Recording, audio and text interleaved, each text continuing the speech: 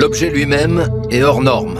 850 pages en format encyclopédie. Le livre pèse 4 kilos et il pèse le poids de l'histoire. C'est bien Mein Kampf, oui, mais en version encadrée au sens propre. Chaque chapitre longuement introduit et des milliers de notes pour contextualiser, corriger et souvent démontrer les mensonges du texte de Hitler. Ce que le lecteur fera comme expérience, c'est que c'est un très mauvais livre, très mal écrit, très redondant, pénible à lire.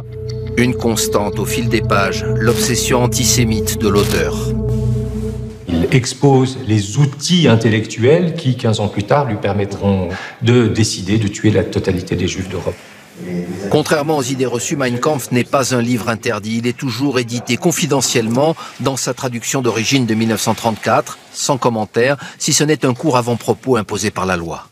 En 2 clics, on peut aussi le télécharger sur Internet. Mais qu'un grand éditeur Fayard le republie même avec un appareil critique, comme disent les historiens, c'est une autre affaire. Republier Mein Kampf, le bréviaire des nazis, le livre qu'un foyer allemand sur 2 possédait pendant la guerre, l'ouvrage inspirateur de la solution finale, pas question, ont longtemps plaidé beaucoup d'associations juives. Pourtant aujourd'hui, ce livre-là reçoit au contraire le soutien du grand défenseur des victimes de la Shoah, Serge Klarsfeld. C'est une arme contre Hitler. Que les sources de Hitler soient montrées, qu'on voit comment travaille un démagogue et qu'on prenne les démagogues au sérieux, puisqu'aujourd'hui, les démagogues sont toujours présents.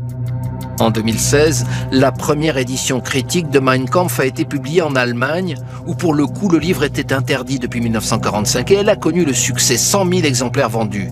Même précaution, même cible, un public d'universitaires et pourtant, selon cet historien, une republication n'est jamais sans risque.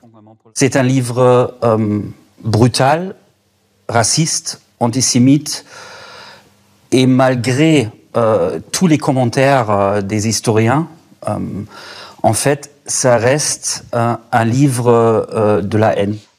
Ce que l'on trouvera en librairie dans quelques jours, c'est un ouvrage uniquement sur commande, à 100 € l'exemplaire, et des libraires convaincus par la démarche. Aujourd'hui, ce texte, il n'a pas disparu, il existe.